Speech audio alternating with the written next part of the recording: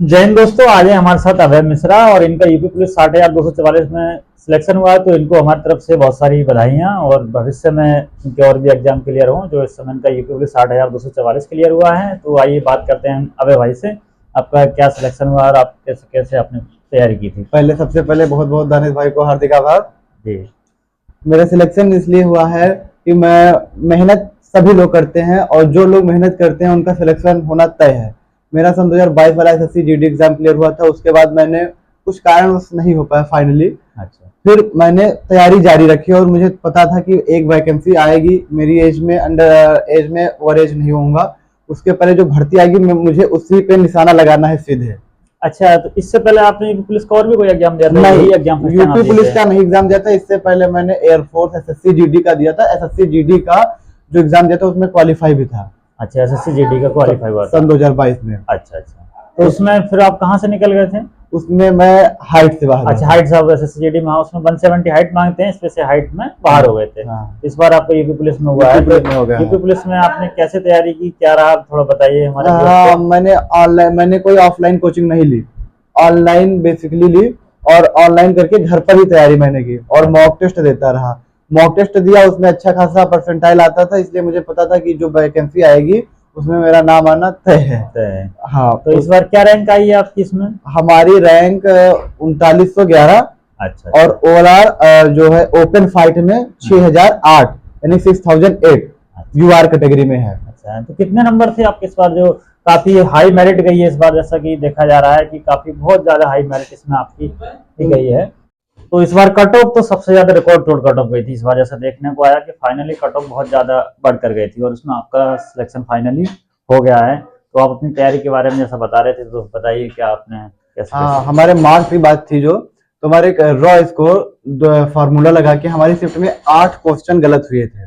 वो फार्मूला लगा के हमारे स्कोर बन रहा था 229.75। 275। हाँ, जो कि हमारे में अंकित भाटी सर ने बताया था कि 7 से 8 मार्क्स नॉर्मलाइजेशन में मिल रहे हैं। अच्छा, इसलिए हमारे 237 के समथिंग बन रहे थे टोटल मार्क्स। आप किस उसमें ओबीसी में आते हैं, जनरल में आते हैं? हमारा जनरल है। ईडब्ल्यूएस हमने लगाया था लेकिन अच्छा। हमारा जनरल में भी हो गया क्योंकि नंबर अच्छे थे हाँ, मार्क्स, नंबर अच्छे हैं। इसलिए हमारा यूआर में हुआ है। ईडब्ल्यूएस से कोई मतलब नहीं रहा है। कोई मतलब नहीं रहा। आप नंबर आपके अच्छे हैं, आप जनरल में आप फाइट कर गए हाँ, हैं। जनरल कैटेगरी में हो गया हमारा। अच्छा, तो कितने दिन से आप तैयारी कर रहे थे इन सब चीजों की? आपको पुलिस के लिए जाना है, तो आप कितने समय से आप तैयारी में लगे थे? कंपटीशन एग्जाम की तैयारी हमने लगभग 2 साल मन से की है क्योंकि हमारा 2022 लास्ट में एसएससी जीडी का एग्जाम क्लियर हो गया था और वो एग्जाम हमारी 6 महीने की वो तैयारी थी और प्लस ये वाला जो एग्जाम हुआ। तो ऐसा आपके क्या मन में था कि स्पेशली में यूपी पुलिस में ही जाना है या अदर कोई भी गवर्नमेंट जॉब मिल मन जाए? तो यही था कि यूपी पुलिस वाला जो है स्टेट एग्जाम है अपना। यूपी पुलिस में घर वालों की भी इच्छा थी कि यूपी पुलिस में जाकर आगे अगर प्रमोशन या एग्जाम देखिए,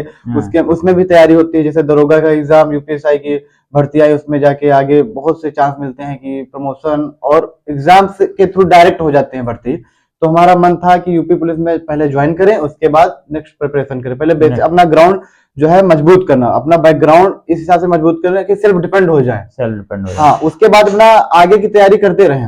लेकिन पहले सबसे पहले है कि एक नौकरी लेना बहुत जरूरी है, जो कि यूपी पुलिस मैंने सबसे उचित समझा। सोचे समझा। हाँ, एक समय यूपी पुलिस में जैसे आप कांस्टेबल के पद पर हैं, समय तो ज्यादा मिलता नहीं है, लेकिन समय किसी भी विभाग में रहे हैं समय निकालना ही पड़ता है, मिलता कहीं पे नहीं है। तो इसमें ऐसा नहीं है कि समय नहीं है, समय मिल जाता है पढ़ने के लिए। तो आगे भी आप तैयारी करेंगे जी, क्या मन में आपके है आगे मेन चीज भी? ये है कि अगर लगन है और जोश है, सब कुछ जुनून है और आगे आपने लक्ष्य बना रखा कि आगे एग्जाम हमने देने हैं, तो आपको टाइम मिल जाएगा। टाइम आप निकाल सकते हैं, किसी भी परिस्थिति में आप टाइम निकाल के पढ़ाई करके फिर एग्जाम दे सकते हैं। और हमारा तो यही है कि आगे जो यूपीएसआई की भर्ती आए तो उसमें। आपने क्या कोचिंग फॉलो की, किन बुकों को फॉलो किया, जरा थोड़ा कुछ बताएंगे आप? हाँ, हमने ऑनलाइन जो कोचिंग की है वो आरडब्ल्यूएस यूपी पुलिस के लिए हमने आरडब्ल्यूएस से सबसे ज्यादा की है, जो कि मैथ रीजनिंग वहीं से स्ट्रॉन्ग हमने की है। स्ट्रॉन्ग की है। हाँ, और जो एक नवीन सर की यूपीएसआई की 2021 वाली मैराथन थी हिंदी की, हमने उससे तैयारी की। उसका एक नोट्स बनाया था, जो कि उससे हमारा फरवरी वाले एग्जाम में भी जो लीक हुआ था उसमें भी मार्क्स अच्छे थे और अब की बार भी उसी से अच्छे हैं। बाकी हमने कोई बुक नहीं ली, ना हिंदी की और ना मैथ की और ना रीजनिंग की। रीजनिंग की आरके झा वाली थी। बाकी हमने मॉक टेस्ट खूब दिए हैं और ऑनलाइन स्टडी वहीं से की RWA से। हाँ, भैया का कहने का मतलब है कि स्पेशली कोई बुक फॉलो नहीं की हमने है, नहीं किया। मॉक टेस्ट लगाए हैं, कोचिंग ली है, क्लासेस ली हैं और इन्हीं के द्वारा उनका सिलेक्शन हुआ है। हमारे पास अभी तक सब लोग बोलते हैं RS अग्रवाल, SD यादव की बुक प्रेफर करते हैं। हमने आज तक कोई बुक नहीं ली मैथ की, जो पुरानी थी उसी से पढ़ा, बाकी ऑनलाइन ही स्टडी की। और ऑनलाइन जैसे पढ़ाई कर रहे हैं तो रोक के पॉज करके मैथ को अगर आप क्वेश्चन सॉल्व कर दे रहे हैं तब ऑनलाइन पढ़ाई का फायदा है। अगर टीचर सॉल्व कर दे रहे हैं तो ऑनलाइन पढ़ाई का कोई फायदा नहीं है। बिल्कुल। ऑनलाइन जैसे मैथ रीजनिंग जो सब्जेक्ट है, अगर आप बुक से नहीं ऑनलाइन पढ़ रहे हैं तो उसको पॉज करिए, आप पहले सबसे उसको सॉल्व कर दीजिए तो वो ठीक है। जब आपकी तैयारी हो जाती है तो जो भी क्वेश्चन सॉल्व कराए जाते हैं तो ऑटोमेटिक वो दिमाग में घूम जाता है। अगर आपको आता है तो आप दिमाग में लगा लेंगे क्वेश्चन ऐसे बन जाएगा। हाँ, ऐसे बन जाएगा। अगर आप नहीं बना पा रहे हैं दिमाग में तो फिर क्वेश्चन आपसे बनेगा ही नहीं। जब आपको आधार अगर नहीं आ रहा है कि ये कैसे बनेगा तो फिर आप कितना भी समय उसके लिए ले लें नहीं बन पाएगा। तो जो पेपर आप दिए थे तो आपको उसमें टाइमिंग वगैरह की कोई प्रॉब्लम तो नहीं हुई? अरे नहीं, टाइमिंग की बात करें, बेसिकली हमारे एग्जाम हॉल में जो एग्जामिनर बैठे थे वो वहीं पर कहने लगे कि आप तुक्का लगा रहे हैं क्या। 15 मिनट में, आप यकीन मानिए कि 15 मिनट में मैंने GS और हिंदी का पोर्शन कंप्लीट कर दिया था। अच्छा, विश्वास के साथ मानिए आप, क्योंकि हिंदी और GS मैं पहले मॉक टेस्ट में भी सॉल्व करता था और उसको सॉल्व करके गोले भी भर देते। बहुत ज्यादा 16 मिनट लगे होंगे। मेन हमारे एग्जाम में मैथ के क्वेश्चन जो आ गए गलत थे और रीजनिंग के क्वेश्चन, रीजनिंग नहीं मैथ के साथ ज्यादा क्वेश्चन गलत थे, उसके वजह से हमारा टाइम खराब चला गया। बाकी हमारा exam with in time duration हमारा एग्जाम हो गया था, लेकिन वो गलत क्वेश्चन में फंस के जो क्वेश्चन 2 मिनट में हो सकता था उसमें हमने 10 मिनट टाइम दिया, फिर भी वो आंसर नहीं आया क्योंकि वो बोर्ड के द्वारा ही गलत क्वेश्चन थे। बाकी हमारा टाइम के अंदर बाकी आपका कॉन्फिडेंस लेवल काफी ज्यादा हाई रहा जिसकी वजह से आपका सब बढ़िया। आपकी तैयारी अच्छी थी तो सिलेक्शन तो देखिए होना ही था। अगर आपकी तैयारी अच्छी है, आप संघर्ष कर रहे हैं तो सफलता तो आपको मिलेगी। तो बाकी और लोगों के लिए क्या कहना चाहेंगे भविष्य में, जैसा कि जानकारी मिल रही है कि 30,000 वैकेंसी और यूपी पुलिस की आने वाली है और SI की वैकेंसी तो आएगी, वैकेंसी आएगी कंफर्म, लेकिन जब नोटिफिकेशन आ जाता है अगर आप तब तैयारी करेंगे, यदि आप वैकेंसी का नोटिफिकेशन आने के बाद तैयारी करेंगे तो मान के रखिए कि वो वैकेंसी हाथ से चली जाएगी। कि नोटिफिकेशन आए तब तक आपकी जो तैयारी है 100% हो जाए। बस केवल मॉक टेस्ट लगाओ, जो कमी रह गई उसको आप देखिए और उसको आप सुधार करके उसको इम्प्रोवाइज करिए। तो मेन चीज ये है कि वैकेंसी आएगी, उसके पहले आप तैयार हो जाइए। वैकेंसी आती है यहाँ यूपी में और तुरंत निकल जाती है, तुरंत निकल जाती है। अब जैसे कि 48 लाख फॉर्म भरे गए थे और 48 लाख में से 60,000 का आपका सिलेक्शन हुआ है। तो देखिए कंपटीशन कितना हाई है। जो अभी डेटा आया है हमारे यूपी पुलिस की तरफ से भी डेटा मिला है कि 48 लाख फॉर्म भरे गए थे और 48 लाख में से हमारे 60,244 सिलेक्शन है। देखिए कंपटीशन तो है ही है हाई। भाई सरकारी नौकरी का कंपटीशन लेवल तो इस समय बहुत ज्यादा हाई है और उसमें अगर आपको निकल के आना है तो मान के चलिए कम से कम 6 महीने वनडे एग्जाम के लिए आपको चाहिए। कम 6 महीने, वो भी मतलब कंसिस्टेंसी से। हाँ, कंसिस्टेंसी से, प्रतिबद्धता के साथ। ये नहीं कि 6 घंटे, जैसे दिन में 8 घंटे पढ़ रहे हैं तो फोन भी चला रहे हैं, वो पढ़ाई मतलब 8 घंटे में नहीं माने जाएगी। तो क्या आपका टाइमिंग वगैरह थी? आप किस टाइम कैसे पढ़ाई करते थे? कुछ टाइमिंग वगैरह थी क्या? पढ़ाई के टाइम हमने पढ़ाई का कोई टाइम नहीं फॉलो किया कि किस टाइम पढ़ाई करना है। अगर पढ़ाई करना है तो अगर कुछ और काम कर रहे हैं तो उसके लिए हमने टाइम देखा। बाकी पढ़ाई अगर हम बैठ गए तो फिर रात को बैठ गए तो फिर रात को भी पढ़ाई चल रही है। अगर आप पढ़ाई करें तो पढ़ाई के लिए टाइम ना देखिए, ये देखिए कि और काम कर रहे हैं, कोई अन्य काम में हमारा टाइम कितना वेस्ट हो रहा है।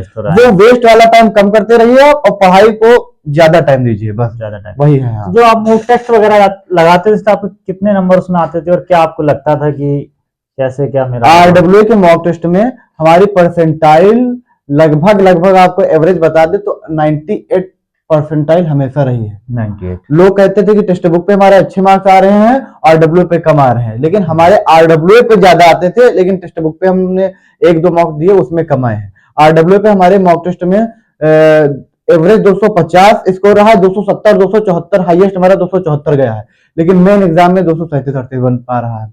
लेकिन वहां एग्जाम हॉल में प्रेशर काफी ज्यादा रहता है, प्रेशर की वजह से सबके नंबर घट के आए हैं। लेकिन हमारे RWA पे मॉक टेस्ट दिया, वहां 98 परसेंटाइल हमेशा एवरेज रहा है। तो जैसा मान लीजिए आप यूपी पुलिस में विभाग में मान के चलिए 99% तो आप आ ही गए हैं, लेकिन मेडिकल का इतना ज्यादा कोई इसमें इशू नहीं है। मेडिकल आसानी से हो जाता है। जैसा आपको भी जानकारी कि 60,244 वैकेंसी है और उतने ही बच्चे पास हुए हैं, तो कहीं से निकलने की गुंजाइश नहीं रहती है। निकलते वही हैं जिनमें जो लोग नहीं आना चाहते हैं। मेडिकल इसका कोई इशू नहीं है। कोई आर्मी का मेडिकल नहीं है कि एक पॉइंट आपका चेक किया है पॉइंट टू पॉइंट। तो मेडिकल से कोई दिक्कत नहीं है। आपका फाइनली मान लीजिए सिलेक्शन हो गया है, हमारी तरफ से काफी बधाइयां आपके लिए, बहुत ज्यादा। हार्दिक ठीक है, तो जो भी आप भविष्य में अपना करना चाहते हैं और नेक्स्ट वैकेंसी के बारे में कोई भी आप बड़ा सोच रहे हैं, तो ये उसमें आप कामयाब हो।